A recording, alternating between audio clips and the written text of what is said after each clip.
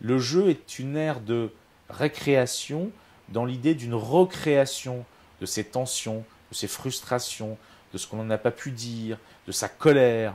Et donc finalement, le ludique a quelque chose d'essentiel. Il est même important.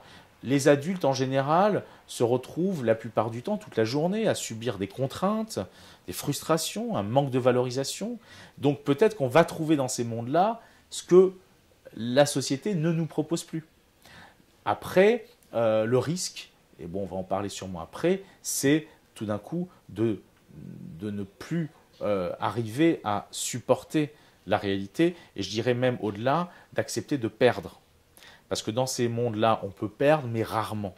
Sauf peut-être en PVP, donc en player versus player, mais souvent, la plupart du temps, on gagne.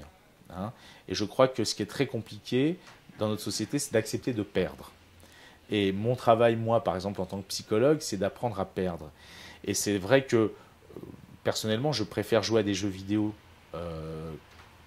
avec fin, qui exigent parfois une virtuosité de joueur, de gameplay. Et moi, ce que j'ai cru comprendre dans les jeux vidéo qui m'intéresse beaucoup, c'est que le jeu vidéo nous apprend à perdre, puisque vous êtes obligé de perdre pour pouvoir avancer dans la mission, pour pouvoir établir des stratégies.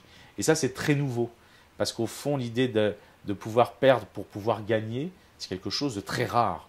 À l'école, en général, quand vous perdez, c'est-à-dire quand vous avez une sale note, vous êtes stigmatisé, d'autant plus quand on est collégien lycéen.